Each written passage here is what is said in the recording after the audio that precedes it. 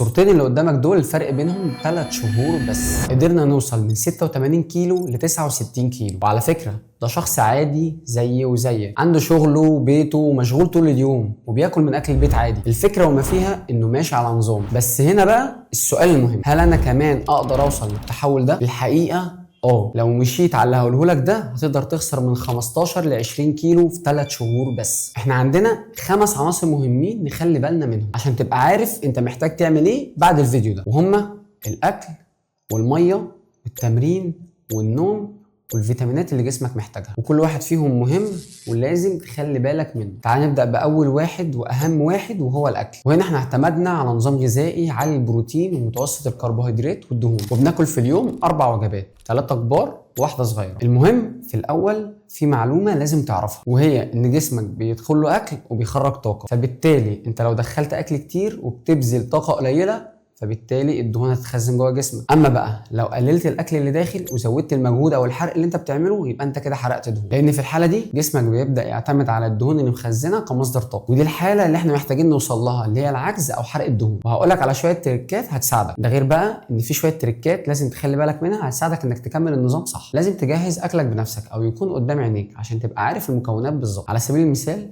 عاملين في البيت رز، هيقول لك ان هم حاطين معلقه واحده، ولكن في الحقيقه هي 3 أو 4 أو 5 معالق، وده هتفرق في حساب السعرات الحراريه. الحاجه الثانيه قبل الاكل اشرب كوبايه ميه، عشان ده هيملى جزء من المعده، فبالتالي هيقلل من كميه الاكل اللي انت بتاكلها فهتحس بالشبع اسرع. كمان لما تيجي تاكل ابدا بالبروتين والالياف وبعد كده النشويات اخر حاجه. باكد عليك اوعى تبدا بالنشويات، يعني الرز والعيش دول تخليهم في الاخر. النقطه الثالثه وهي التمرين. هنا احنا اتبعنا نظام الابر واللور. النظام ده مناسب جدا للناس اللي ما عندهاش وقت تتمرن في الجيم كتير، لان النظام ده بتتمرن 4 ايام في الاسبوع وبتريح 3 ايام. وخلي بالك الميه مهمه جدا قبل واثناء وبعد التمرين، وده عشان يفضل جسمك فيه طاقه ونشاط. ممكن كمان تشرب قهوه قبل التمرين، هتساعدك انك تتمرن وتجيب اخرك في التمرين. مهم جدا ان انت تلعب كارديو، سواء جري او سباحه او نط الحبل او تركب العجله، اي حاجه. المهم يكون فيه كارديو او اي نشاط في حياتك، وتبدل المواصلات بالمشي او العجله او الجري، وتبدل الاسانسير بانك تستخدم السلم. المهم ان الكارديو يكون شدته من 60 ل 80%، وبالمناسبه هي دي النسبه الفعاله لحرق الدهون. عشان تعرف ازاي تحسب شده الكارديو شوف الفيديو ده، وحاول تلعب او تتمرن باسلوب الهيت كارديو، وهي انك تعمل مجهود عالي قوي زي الجري لمده 30 ثانيه او دقيقه، وبعدين تمشي مش تقف لمده 3 أو 4 دقائق. النقطه اللي بعد كده وهي النوم. مهم جدا تنام من 6 ل 8 ساعات يوميا، وحاول تخلي نومك في ساعات الليل عشان تصحى الفجر او تصحى بدري، لان الجسم بيفرز هرمونات مهمه جدا بالليل. ولما تصحى كل حاجه خفيفه واشرب قهوه واتمرن وانزل شغلك. ممكن في نص اليوم تخطف ساعه نوم، ودي بتفرق جدا لان جسمك بيعمل ريستارت. النقطه الخامسه وهي المكملات او الفيتامينز اللي جسمك محتاجها، وهم 6 حاجات: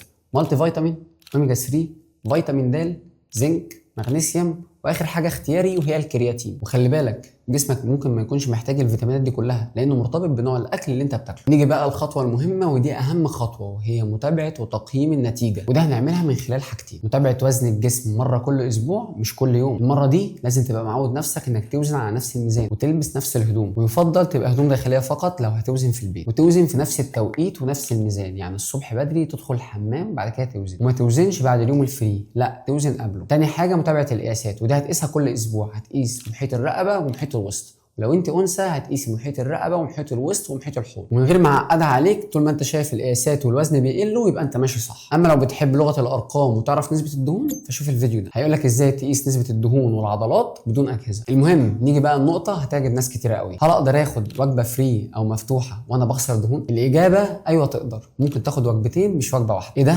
طب ازاي؟ بص يا سيدي، انت هتاخد وجبه فري كل اسبوعين مع الحفاظ على نسبه البروتين. هنفترض مثلا ان جسمك سعراته قد كوبايه ميه مليان، لو احنا قللنا من كوبايه الميه دي شويه وعملنا عجز خلال اسبوع، الشويات دي هتملى كوبايه كامله. طب انا لو جيت في مره وما عملتش العجز ده وخدت الفري، كاني ما عملتش عجز ليوم واحد بس من الاسبوعين، ففي الاخر مش هيحصل حاجه. ونصيحه: ما توزنش نفسك تاني يوم زي ما قلت لك عشان هتتصدم. اخر واهم نقطه وانا قصدت نسيبها للاخر عشان اللي يكمل الاخر يعرفها، وهي الصبر. اهدى واتقل وخد وقتك واصبر على النتيجه، مش بعد اسبوع تقول ها فين السكس باكس والعروق ما ظهرتش ليه. المهم الاستمراريه، انك تستمر في عمل عجز السعرات والتمارين والكارديو والمكملات والالتزام، تبدا توصل لنتيجه وتشوف الشكل اللي انت كنت بتحلم توصل له. بعدها تبدا بالبالانس او التثبيت وتبدا ترفع السعرات شويه. يعني ما تفكرش انك هتفضل تعمل عجز سعرات طول عمرك، هتبقى فتره لحد ما توصل للي انت عايزه. بعد ما توصل له ابدا هدي اللعب شويه، تقلل الكارديو شويه، تزود اكلك شويه لحد ما ترجع لحياتك الطبيعيه. نيجي بقى نقطه مهمه: ازاي احافظ على النتيجه اللي حققتها؟ احنا بفضل الله التحول ده بقاله 3 سنين ولسه النتيجه لحد دلوقتي زي ما هي ظاهره عليه، والشخص ده حاليا مش ملتزم زي الاول خالص، ده ملتزم بالدايت بنسبه 70%. بطل يوزن الاكل ولا يحسب الاوزان ولا شده التمرين لانه اتعود، ووزنه ثابت لحد دلوقتي. وده ليه؟ لانه محافظ على الاكل يكون فيه بروتين عالي عشان يحافظ على العضلات، وكارب معقد عشان يديله طاقه، ودهون صحيه عشان الوظائف الحيويه تشتغل صح. خد بالك في حاجات بسيطه انت ممكن تعملها تزود نسبه البروتين في اكلك، يعني بدل ما تروح عربيه الفول